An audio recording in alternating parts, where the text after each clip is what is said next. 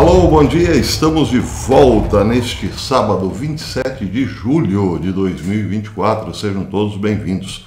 Eu estava com saudade dos queridos amigos e sei que muitos dos queridos amigos também e outros estão preocupados. E aí, professor, sumiu por quê? Bem, meus amigos, confesso, tive problemas seríssimos. Na quinta-feira, o sistema operacional pediu uma reinicialização. Assim, o fiz. E quando voltei, não consegui abrir mais nada, programa nenhum. E foi uma grande luta para entender o que estava acontecendo. Mas não entendi, no final das contas. Tive que reinstalar o sistema operacional.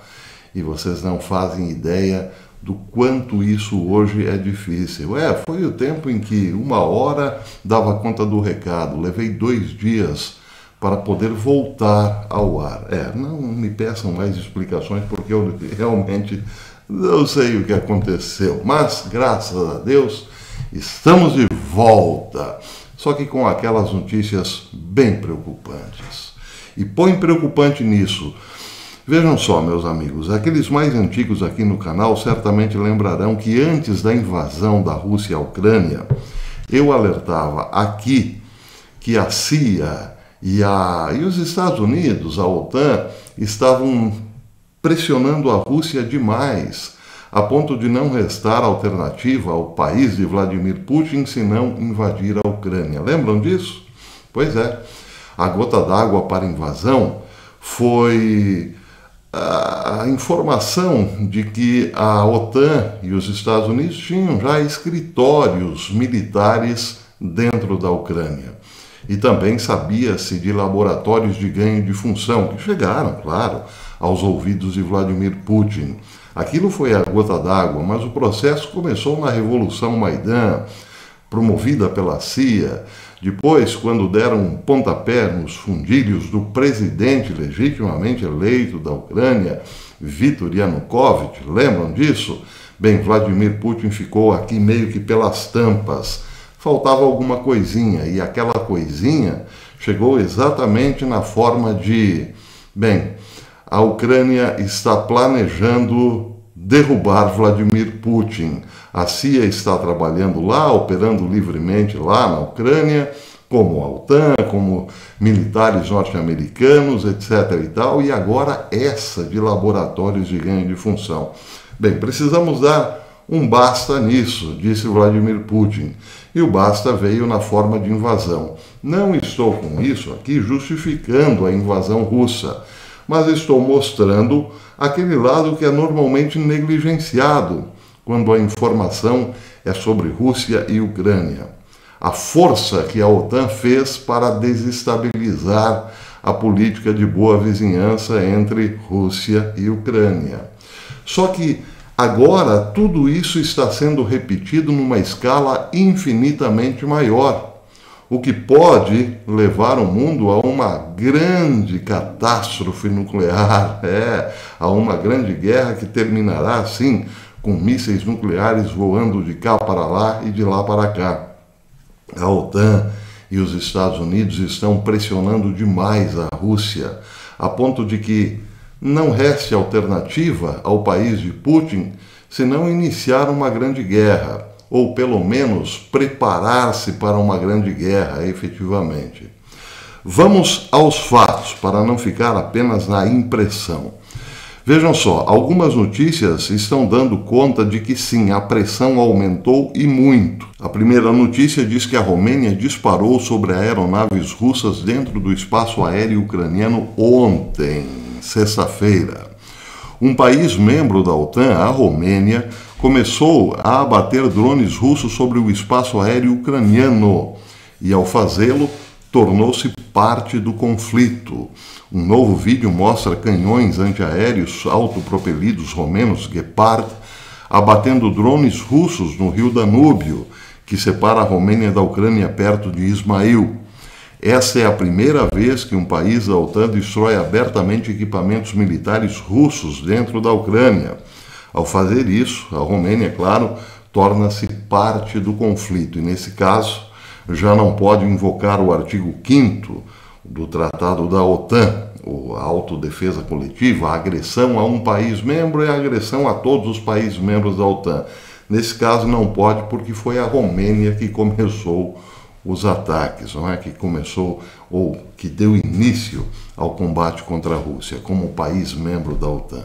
Outra informação bem preocupante: um avião militar americano sobrevoou Kaliningrado 2 vezes, na quinta e na sexta-feira, ontem.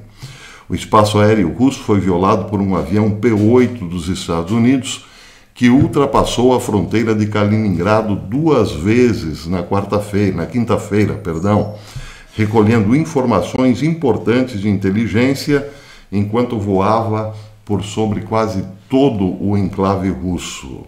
Este mapa mostra 2 violações do espaço aéreo russo. A segunda violação do espaço aéreo territorial foi significativamente mais profunda que a primeira.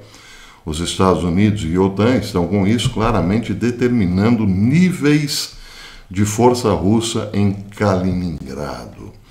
Bem, mas tem mais notícias que colocam a Rússia numa posição realmente de muita pressão. A senhora Janet Yellen, secretária do Tesouro norte-americano, defendeu o uso de sanções e a apreensão de mais de 300 bilhões de dólares em ativos russos congelados em contas bancárias ocidentais. Lembram disso? Notícia de 30 dias, um pouco menos, eu dei aqui nesse canal.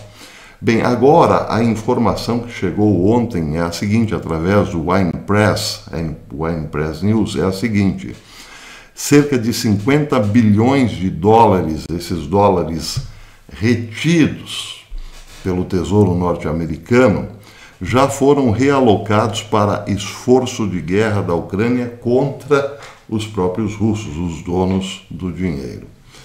Questionada se isso não era um roubo dos ativos russos, Janet Yellen disse o seguinte, prestem atenção: não há sentido algum em falar em roubo. Os ativos russos permanecem nessa instituição e eles foram simplesmente ou apenas apreendidos. Ela disse o seguinte: essa apreensão é em relação aos ativos russos. São deles, sim, não é roubo, são deles. Acontece que esses ativos eram em espécie, em dinheiro, e estavam rendendo juros. E é exatamente a esses juros que os russos não têm direito, disse Janet Yellen. É a mesma coisa que alguém confiscar a sua poupança e dizer: não, a poupança é sua, eu só estou retirando os juros, os quais você não tem direito. Pois é. E estão, então, colocando esses juros a serviço da Ucrânia. O dinheiro foi só confiscado, os juros sendo usados na guerra para destruir os próprios russos. É claro que isso só aumenta a pressão para que a Rússia acabe tomando decisões bem mais radicais. Mas o mais preocupante ainda é o seguinte: essa reportagem foi feita por Hal Turner, que tem fontes importantes na Rússia. Eu aprendi aqui nos últimos 5 anos que se tem alguma coisa que Hal Turner sabe, com certeza, é o que acontece na Rússia, por conta de suas fontes, claro. Diz Hal Turner hoje: o Ministério de Defesa da Rússia ordenou uma grande implantação de hospitais militares, clínicas e centros de trauma em várias cidades do país, incluindo a capital Moscou, que irá operar diretamente sob o Ministério da Defesa. À primeira vista, diz Turner, o público em geral pode concluir que a Rússia deve estar se preparando para uma grande ofensiva, que irá provocar pesadas baixas, ou está à espera de uma ofensiva contra si, o que parece aqui mais provável. A Rússia, então, poderia, neste momento, estar se preparando para um grande ataque, supondo que poderia sofrer um grande ataque, então estão construindo ou fazendo hospitais de campanha para traumas, entre outras coisas, em praticamente todo o país. Mas atenção, a coisa não para por aí. Esta ordem para implantar hospitais militares ocorre poucos dias depois que o presidente Putin ordenou que todas as empresas estatais apresentassem planos a Moscou até o dia 1º de outubro para a realocação de suas principais atividades comerciais para as regiões dos Urais, Sibéria e Extremo Oriente da Rússia, saindo do oeste. Então as empresas teriam que deixar o oeste, a parte mais ocidental do país, ou melhor, do planeta chamado Rússia, indo para os seus extremos orientais. Pois é, a questão volta a pergunta, por quê? Por causa de quê, não é mesmo? Aliás, essa pergunta quem faz é Hal Turner, e ele diz: isso levanta a seguinte questão: o que vai acontecer no oeste da Rússia para que todas as empresas estatais tenham de se mudar é provavelmente um grande ataque. Também levanta outra questão: o que acontecerá se a Rússia precisar de hospitais de trauma em todo o país? Só poderá precisar de hospitais de trauma em todo o país se realmente sofrer um grande ataque. E aí, a terceira pergunta é: como mover toda a população de Moscou e São Petersburgo e por quê? Quais os motivos para isso? Bem, ele só pode deduzir que poderia ser uma guerra nuclear. A Rússia estaria de posse de uma informação preocupante de que pode sim ser atacada com mísseis, com cabeças nucleares em breve. Por que outra razão Vladimir Putin ordenaria o planejamento de uma deslocalização tão massiva das empresas estatais da Rússia? A Rússia está claramente preparando-se para uma guerra total, uma grande guerra, diz ele. Sobre isso não resta a menor dúvida. Pois bem, muito parecido, portanto, com o que aconteceu naqueles momentos, naqueles meses que antecederam a invasão da Ucrânia. Quase que todos os dias tinha-se notícias de movimentação de tanques da Rússia em direção à fronteira com a Ucrânia. E muita gente dizia: não vai acontecer, imagina, hoje já não existem condições para isso. Nós não estamos mais na era da ocupação territorial. Bem, a Rússia não estava invadindo a Ucrânia para ter mais territórios apenas, mas para defender a etnia russa que vive nas regiões do Donbás, e também por todas as pressões recebidas para que a própria Rússia mudasse, digamos assim, o seu ethos, o seu modo de ser, se ocidentalizasse. Eram questões importantes que, se na época não faziam muito sentido, hoje sim fazem muito sentido. E prestem atenção que interessante, qual é o sentido? Bem, a Rússia, quem diria, é hoje talvez a única nação a defender existencialmente, por assim dizer, os valores cristãos. É basicamente a única nação autenticamente cristã hoje. E a razão é muito simples. A Rússia precisa defender a família, precisa defender o espírito patriótico e precisa, claro, defender aquilo que unifica tudo isso, que é os seus valores, que são os seus valores religiosos, ou melhor, o seu cristianismo. Bem, a razão para isso está no próprio tamanho do território. É claro que isso tem a ver também com a religiosidade do povo russo, que nos remete ao século IX da era cristã, onde se cria uma grande raiz religiosa dentro do povo da etnia russa, da etnia eslava. Mas a questão política propriamente é que a Rússia precisa defender esses valores até para defender as suas fronteiras. É um planeta, é um país gigantesco e sem muita população e uma população dividida, a Rússia certamente já teria sido desmantelada há muito tempo. O que unifica tudo isso, claro, repito, são os valores da família, da pátria e da religião. Daí porque até mesmo na era comunista a Rússia tentou preservar pelo menos os valores familiares. É claro que no começo da Revolução, a malucada de Lenin, bem, a religião era considerada um inimigo. Mas quando chega Stalin, as coisas mudam um pouco. Stalin deixa de perseguir a religião, permite uma certa liberdade religiosa, porque percebeu que sem esta base de unidade nacional, a Rússia poderia sim, eventualmente, ser desmantelada por dentro. Daí porque Stalin, que queria ver a destruição do Ocidente, incentivava grupos feministas no país a espalharem o feminismo no Ocidente, mas não o praticarem dentro do próprio território russo. E a razão era muito simples. O feminismo, que se espalhou como uma propaganda pró-interrupção da gestação no Ocidente, não poderia acontecer dentro da Rússia, porque isso, para Stalin, seria quase como um ato de autodestruição. Como assim, matar bebês russos? Não, nós precisamos de uma grande população. Então Stalin fez com que as feministas entendessem que toda a propaganda era só para o Ocidente.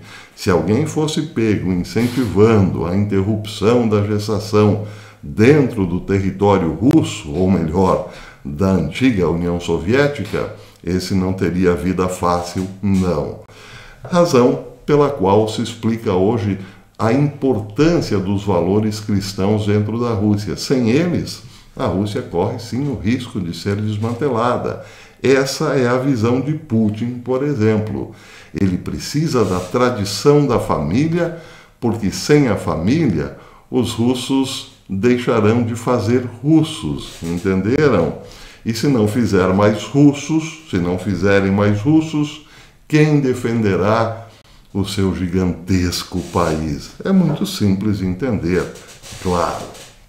Então, a Rússia hoje, neste momento, é praticamente o arqui-inimigo do Ocidente, porque o Ocidente tem outra agenda que é totalmente anticristã, não é mesmo? O espetáculo, o espetáculo estético, a estética do horror, quem o diga? Basta olharmos um pouco para as Olimpíadas de Paris para entendermos o que é hoje o Ocidente e quem é a Rússia, não é? Na Rússia não se viria um espetáculo nem de longe parecido com o que aconteceu na abertura das Olimpíadas, não é mesmo? Razão pela qual o Ocidente quer, porque quer, resolver o problema, tirar de lado o último bastião da defesa dos valores tradicionais judaico-cristãos. Preparemo-nos. A Rússia está sob muita pressão e pode reagir inesperadamente, por assim dizer. Desculpem a minha falha. Se você gostou desse vídeo, deixe seu like e verifique aí se você ainda está inscrito no canal. Se não estiver mais inscrito, inscreva-se novamente, acione o sininho para receber as notificações dos nossos vídeos. E compartilhe os nossos vídeos. Assim nós chegamos a mais pessoas, acabam conhecendo, mais gente acaba conhecendo o canal e gostando. Por enquanto, é isso. Até amanhã, se Deus quiser, e se não houver mais nenhum problema seríssimo aqui que me impeça o retorno. Acho que não, acho que agora está tudo tranquilo. Até depois.